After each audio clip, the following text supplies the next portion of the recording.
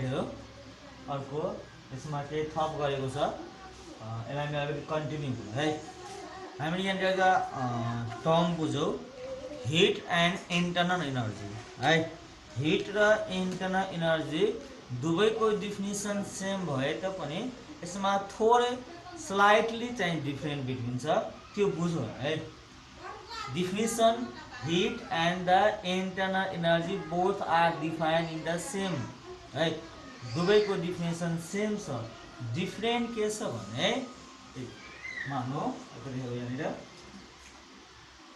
है जस्तै हामीले वाटर र रेनफल भन्छौँ। रेनफल पनि पानी नै हो र वाटर सिम्पली वाटर भन्दाखेरि त्यो पनि पानी नै हो। तर फरक के छ यदि स्काईबाट वाटर चाहिँ फल भयो ग्राउन्डतिर त्यो वाटरलाई हामी वाटर नभइकन एउटा स्पेसल नेम हामी के दिन्छौँ रेनफल। ध्यान दिने रेनफल एन्ड द वाटर है जसलाई सिम्पली हामी पानी जुन भन्छौँ both are the actually water नै हो दुवै पानी नै हो। पानी भन्नु र वर्षाको पानी भन्नु केही फरक छैन कन्डिसन मात्रै के फरक छ भने यदि पानी आकाशबाट स्काईबाट अर्थतिर जुन झर्छ त्यसलाई हामी रेन वाटर भन्छौँ वर्षाको पानी भन्छौँ। ग्राउन्डमा मात्रै भएको पानी हामी सिमिली पानी भन्छौँ। सिमिलरली इन्टरनल एनर्जी पनि sum of kinetic energy of particle हो। हिट पनि sum of the kinetic energy of particle. कुनै पनि बडीको यो बडी है यो बडीमा भएको पार्टिकलको इनर्जीलाई यो बडीमा भएको सबै पार्टिकलको काइनेटिक एनर्जीलाई हामी इन्टरनल एनर्जी भन्छौँ जसलाई हामी युले डिनोट गर्छौँ। तर जब यो पार्टिकलमा भएको इनर्जी जुन हामी हिट भन्छौँ जब यो इनर्जी एक बडीबाट अर्को बडीमा चाहिँ मुभ गर्छ वा ट्रान्सफर हुन्छ भने त्यतिखेरको यो इनर्जीलाई हामी के भन्छौँ हिट भन्छौँ। ध्यान दिने है बडीमा भएको काइनेटिक एनर्जी अफ पार्टिकललाई हामी इन्टरनल एनर्जी भन्छौँ। यदि त्यही इनर्जी यदि ओन बडीबाट अर्को बडीमा यदि ट्रान्सफर हुन्छ मुभ हुन्छ भने त्यसलाई हामी के भन्छौँ हिट भन्छौँ। जस्ट लाइक द रेनफल भनेको हिट हो जुन स्काईबाट तलतिर झर्छ र पानी भनेको के हो इन्टरनल एनर्जी हो है। मलाई लाग्छ किन भयो होला है बडीमा जुन हिट हुन्छ त्यो इन्टरनल एनर्जी हो र त्यही हिट एक बडीबाट अर्को बडीमा यदि ट्रान्सफर गर्छ भने त्यतिखेर त्यो हिटलाई त्यो इनर्जीलाई हामी के भन्छौँ हिट भन्छौँ। So heat is a movement of the internal energy. सर्टकटमा ध्यान दिने है इन्टरनल एनर्जीबाट हिट प्रड्युस हुन्छ कज हो। Internal energy is a cause and effect is a heat हो भन्न खोजेको। जब एउटा बडीबाट अर्को बडीमा चाहिँ काइनेटिक एनर्जी मुभ हुन्छ त्यो मुभ चाहिँ के भएको हिट भयो। एउटा बडीमा भएको काइनेटिक एनर्जी जब अर्को बडीमा जान्छ मुभमेन्ट अफ इन्टरनल एनर्जी भनिदिनु त्यतिखेर चाहिँ हामी जुन वर्ड युज गर्छौँ त्यो के हो हिट हो। हिट चाहिँ एक बडीबाट अर्को बडीमा जान्छ बडीमा चाहिँ काइनेटिक एनर्जी हुन्छ एउटा बडीबाट अर्को बडीमा जुन जान्छ त्यो के हो हिट हो काइनेटिक एनर्जी नै गएको चाहिँ इन्टरनल एनर्जी नै हो बडीको काइनेटिक एनर्जी नै गएको तर नाम हामी चाहिँ इन्टरनल एनर्जी नभइकन के भयो त्यति हिट हो। फर इक्जाम्पल मेरो बडीमा sum of the kinetic energy of particle चाहिँ के भयो इन्टरनल एनर्जी। त यही यदि इन्टरनल एनर्जी वा काइनेटिक एनर्जी एउटा बडीबाट मेरो बडीबाट सराउन्डिङमा गयो भने वा सराउन्डिङमा भएको हिट काइनेटिक एनर्जी वा त्यो इन्टरनल एनर्जी मेरो बडीमा आयो त्यो मुभमेन्ट ट्रान्सफर भयो त्यो ट्रान्सफर भनेको के हो हिट। मलाई लाग्छ क्लियर भयो होला यो टर्म अलिकति बुझ्नु है। अझै हामी यो डिफाइन गर्छौँ हाम्रो युनिटहरूको बारेमा। 1 जुल भनेको के हो है म अस्तिकै भनिरहेको छु भाइ बहिनीलाई यदि हामीलाई कुनै पनि युनिटको न्युमेरिकली 1 डिफाइन गर्दाखेरि त्यसको फर्मुला सम्झने भन्न खोजेको है। जुल भनेको एसआई युनिट हो है, हिटको एसआई युनिट हो। हामीले हिटको फर्मुला के पढेको थियो, Q बराबर msdt। यहाँ सबैको भ्यालु के लाउनु छ, 1 लाउनु छ।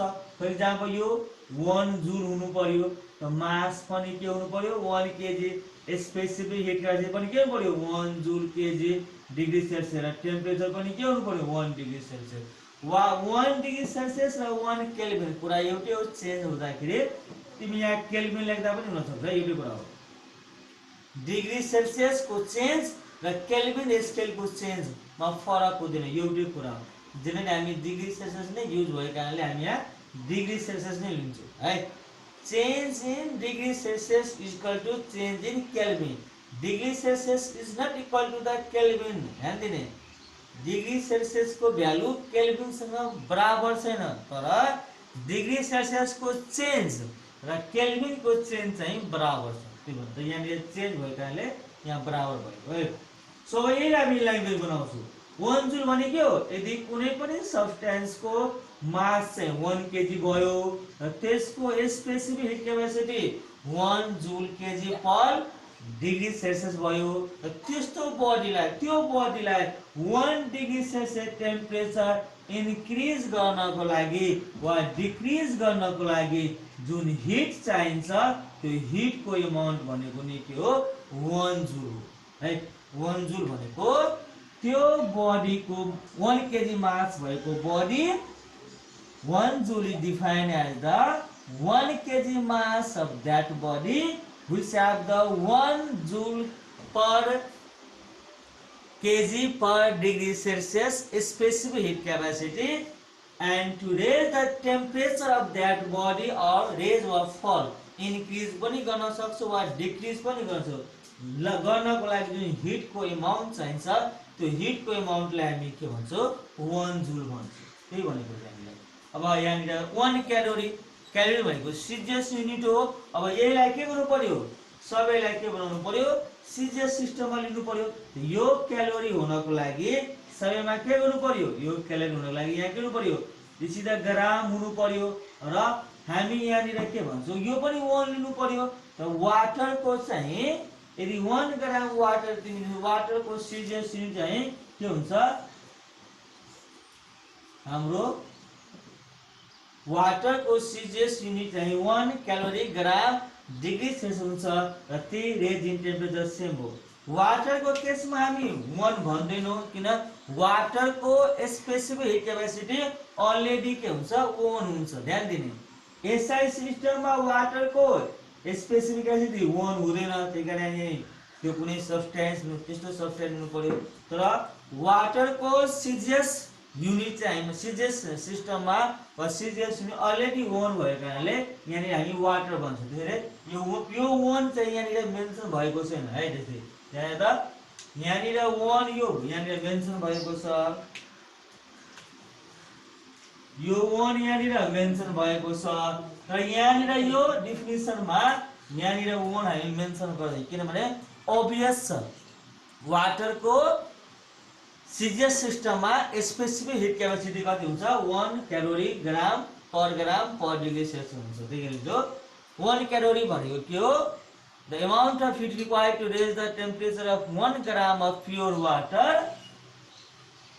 By 1 degree Celsius. 1 gram mass भएको प्योर वाटरलाई उसको टेम्परेचर 1 डिग्री सेल्सियस वा 1 केल्भिन, जे भने पनि कुरा एउटै हो, रेज गर्न वा सरी यहाँ चाहिँ डिग्री सेल्सियस नै दिने है। यहाँ पनि केल्भिन लेख्न मिल्छ, तर हामी डिग्री सेल्सियस नै लिन्छ, किन दुवैको बराबर नै हुन्छ।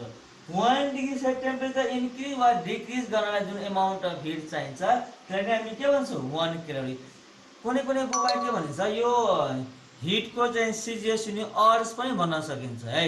यो also गर्दा all calorie and all same, both same हो। कहिलेकाहीँ यो न्युमेरिकल सोध्छ 1 क्यालोरी बराबर हाउ मेनी जुल्स, यो पनि दियो जस्ट न्युमेरिकलको लागि हो। 1 मार्कमा सोध्न सक्छ 1 क्यालोरी बराबर 4.2 जुल, सम्झिराख 1 मार्कमा सोधेको क्वेसन हो। 1 क्यालोरी बराबर 4.0 हो। अथवा नेक्स्ट केस हाम्रो क्यालोरीमिटर छ। क्यालोरीमिटर भनेको सिम्पल इन्स्ट्रुमेन्ट हो जसले चाहिँ एमाउन्ट अफ हिट, कुनै पनि बडीमा कति एमाउन्टको हिट छ त्यो मेजरमेन्ट गर्ने डिभाइसको नाम क्यालोरीमिटर हो। र त्यसको हिटको बारेमा स्टडी गर्ने ब्रान्च अफ साइन्स वा फिजिक्सलाई हामी क्यालोरीमेट्री भन्छौँ। क्यालोरीमिटर भनेको के होइन, सिम्पल डिभाइस हो जुन चाहिँ एउटा बिकर हुन्छ। बिकर चाहिँ त्यो मेटलबाट बनेको छ, जेनरली हामी कपरबाट बनेको हुन्छ र त्यसमा एउटा के हुन्छ स्टियरिङ हुन्छ चम्चाले चलाउनको लागि। क्यालोरीमिटर सिम्पल एउटा बिकर हो जुन चाहिँ कपरबाट बनेको हुन्छ अनि यसमा यो स्टियर हो, स्टियर है। स्टियर भनेको चलाउनु भनेको चम्चा जस्तै भन्नु है, चम्चा जस्तै त हुँदैन, चम्चा हुँदैन, चम्चा जस्तै चलाउने हुन्छ। सिम्पल यो भनेको एउटा कपको मेटलको कुनै एउटा डिभाइस कप सेपमा हुन्छ अनि यो भित्र चलाउने चाहिँ इन्स्ट्रुमेन्टलाई हामी स्टियर भन्छौँ है। अब what is the direction of flow of heat, hit चाहिँ कुन डिरेक्सनबाट कुन डिरेक्सनमा जान्छ भन्दाखेरि यसको हामी प्रेसर, प्रेसरको डिरेक्सन के हो, डिरेक्सन अफ फ्लो, हाई प्रेसरबाट लो प्रेसरमा जान्छ।